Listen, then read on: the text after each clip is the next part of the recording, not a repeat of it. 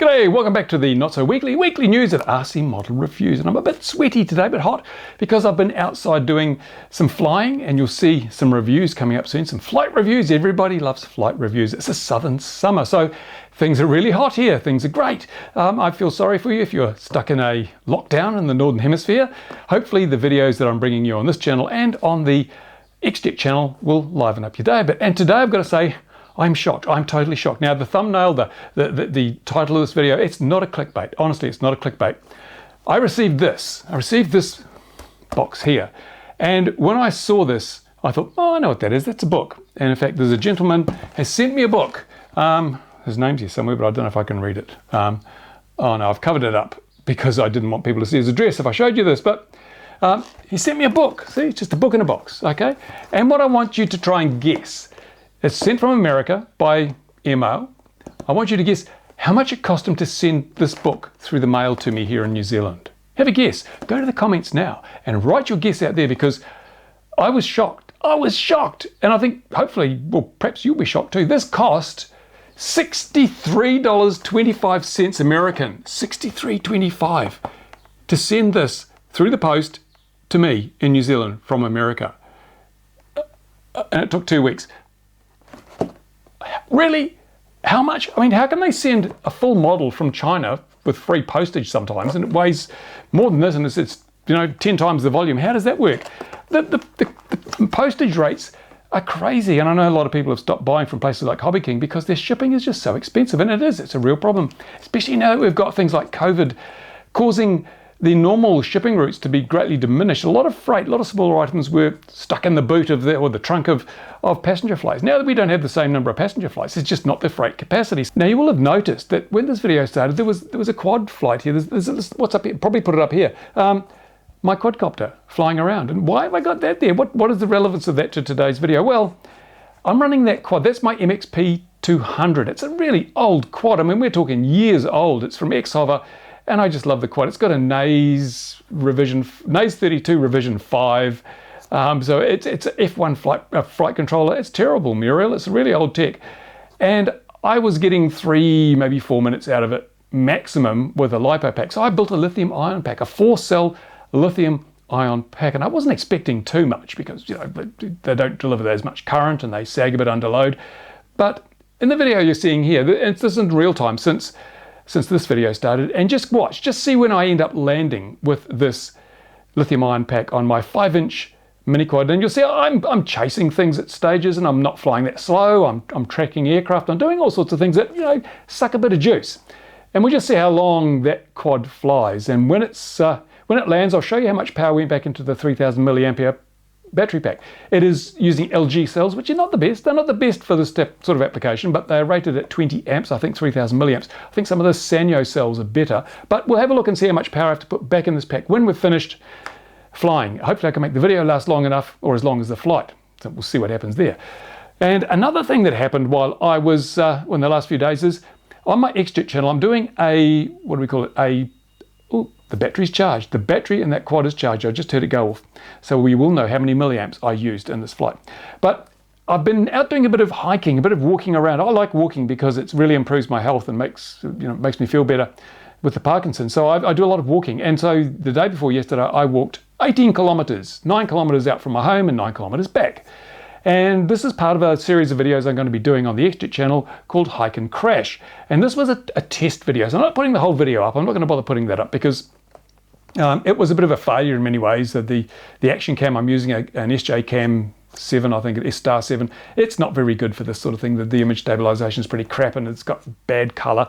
It was great in its day, but it's a really old camera and the battery only lasts for like 3 minutes. So I have to have it plugged into a power bank. Lots of problems that I discovered when I did this test run. Also, the quad I was using, it's the same quad you see in this video here. It's fine for flying around having fun, but it's not a very good aerial platform. I'm using an older RunCam hybrid camera, which again, the color's not that good, and there are a few downsides. There's a lot of distortion in the optics. So yeah, I'm going to change. I'm building a new quad with a crossfire system, and I'm reviewing some flight controllers, ESCs, which I'll be using in the new quad. So it'll be a whole different thing. Yes, it will be analog. It'll be analog because I'll be building digital quads. I still like analog. I'm going to do a video The reason I still fly analog, because I do. I looked at it, and at the moment, in the last 2 months, over 80% of the FPV flying I've done has been with analog. Why would I do that? I've got a perfectly good, very, very good quality DJI digital system here, and I've got the SharkBite system, which I'm testing at the moment, which the videos will be going up very soon. I've got, I think, the lightest fixed wing digital FPV craft in the world, thanks to SharkBite, and I love it. It is fantastic. It has a niche. This is one of the niches. And people have said, oh, you could do that with a Cadex, strip the Cadex down. And yeah, but I don't have to strip down the SharkBite. So I will be giving you that information. But in the meantime, stay tuned for that. Just a bit of a heads up. That's what these videos are for. Let you know what's going on. A bit of a heads up that there will be that video coming. It's a fun little fixed wing FPV. It's not the Outlaw 250. The first part of the build video for that has gone onto the XJet channel. So if you're looking for a real fun little sub 250 FPV craft that's really durable, you can build it yourself for about $4 worth of foam board, go and have a look at that. I'll put some links in the description of this video so you know where to go to get the stuff I'm talking about. But while we're on the subject of digital FPV, I see that there are something strange going on with DJI. Now, there was every channel under the sun announced version 2 FPV goggles from DJI, the DJI version 2 goggles, and I know Joshua Bardwell did a video, Nurk FPV did a video. Nurk's video, I only watched the first 2 minutes because every 2 minutes there were mid-roll ads. Sorry, Nurk, I don't care how good anyone's content is. It's not that good, really, seriously. Your content's great, but it's not worth a mid-roll ad every 2 minutes. I don't use them. Why do you have to use them? Seriously, honestly, it's terrible. It ruins your content. Please reconsider the use of mid-roll ads in your videos. It's just awful. So I didn't watch Nurk's video. I went and watched Ian from Mads Tech. And I'll put a link to his video there. It was just some information that he gleaned from the product specs and so forth. He has good insight into that. It's a really interesting video. Go and watch it. I recommend Mads Tech as a channel. It's really good, especially if you're into the DJI stuff. But he does do other stuff as well. It's just go and have a look. I'm happy to promote other people's channels because there's some really good stuff out there that a lot of people don't know about. And so yeah, but these goggles were up on some of the stores around the world, and the NDA sort of expired, I think, and all the reviewers started rolling out their videos, and now it's got this and that, and to connect to your phone, and it's got faster refresh, and it's got more resolution, and all these things which really don't matter a jot to most people. And then it all disappeared. All the listings came down from the DJI stores, and it seems that the product is not there anymore. What happened? What's going on? And why did they even make the product? Because if you look at what we've learned, it has an extra 90 lines, I think, of vertical resolution, which is like, seriously, you're going to notice that? 720 to 810 or whatever it was. You're going to notice the difference? I don't think I could with my eyesight. It's got 144 hertz refresh rate, yet it's only 120 frames per second, so that's not going to make a lot of difference. What you might find is a little bit less tearing, but I never noticed any tearing anyway in the low latency mode, so it's like, hey ho, fantastic. It has 2.4 and 5.8 gigahertz capabilities built into it. But again, there's nothing uses that yet. And now there's going to be, I believe, looking at the rumors, so all I can possibly say is comment on the rumors, a DJI freestyle drone coming out, which a new controller, which may well use the 2.4 gigahertz. But at the moment, if you had a set of these version 2 goggles, the 2.4 is just going on for the ride. It's not being used for anything. You can't use it with any other product in the DJI lineup. I had thought maybe they were listening to the Mavic flyers. I know a lot of Mavic flyers have said, hey, we want to use those fancy cool goggles that make you look like Ant-Man so we can fly FPV with our Mavics instead of using our stupid smartphones. So I thought maybe DJI had listened to that and put the full OcuSync 2.4, 5.8 system in the goggles so that then they could sell it to all these millions of other people who've got their camera drones. Because let's face it, the FPV market is pretty small. DJI has done very well providing digital products to the FPV market, but compared to the general drone market for the Mavics and the Phantoms, it's tiny, tiny, tiny. So if they could turn the FPV goggles into a product that appealed to Mavic and Phantom flyers, they could sell a snotload more of those goggles and make more money. But the goggles have disappeared, they've vanished, they've gone up in a puff of smoke. You can't buy them, you can't even see them on the DJI stores anywhere. So I don't know what's going on. I've no idea. And that's why I didn't do a video, because pretty early on, by the time I got to see the first 2 minutes of Nurk's video, even before I gave up, I noticed he'd already put a footnote saying that the listing had disappeared.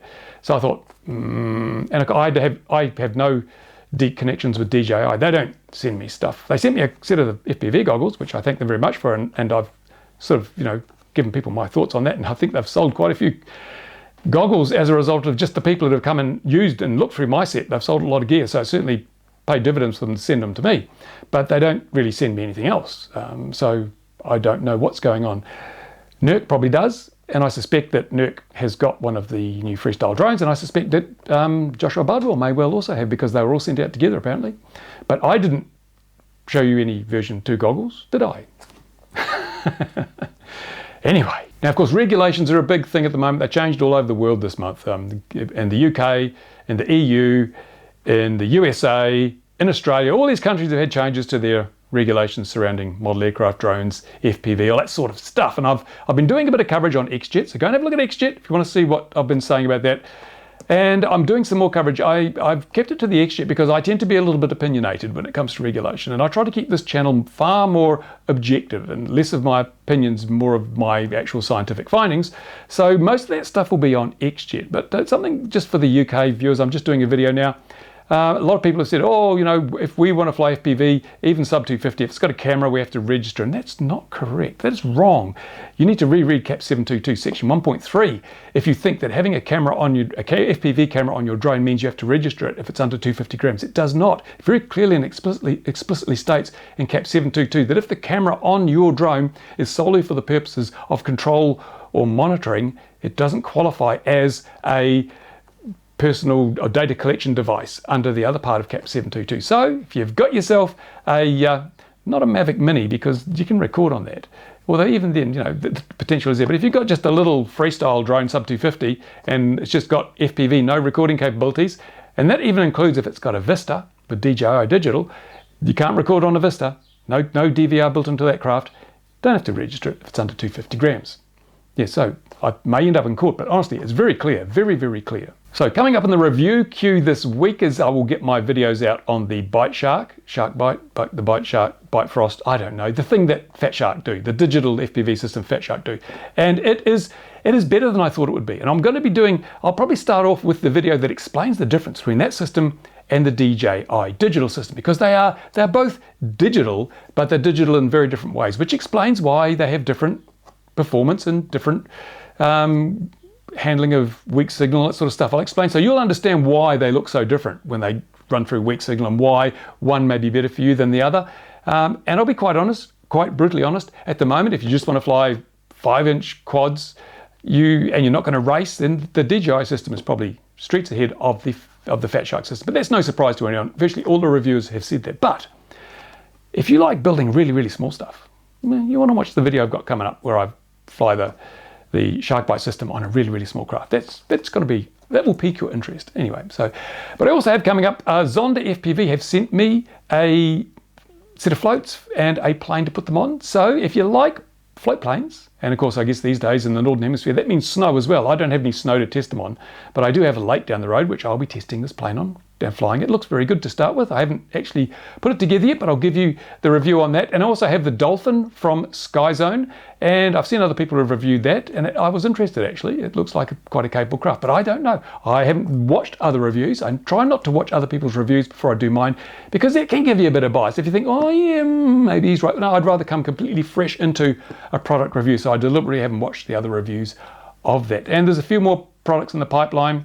I'm just waiting for, oh my goodness, some of the stuff's taken 6 weeks from China and it's still coming. And don't forget, big heads up, even though the shipping is terrible at the moment, don't forget that Chinese New Year will also throw a spanner in the works pretty soon. I think it's just a couple of weeks away, a couple of 3 weeks maybe. And the Chinese New Year kicks in, and then China goes to sleep for 10 days. 2 weeks typically, and then they're going to catch up on the backlog. And with all the shipping delays, you can write off getting stuff out of China probably for at least, you know, a month after that. So if you want to buy stuff, get it ordered now, and as long as it leaves China by the Chinese New Year, you've probably got a fairly good chance of it actually arriving at your place before Christmas next year, or this year now, because it's now 2021.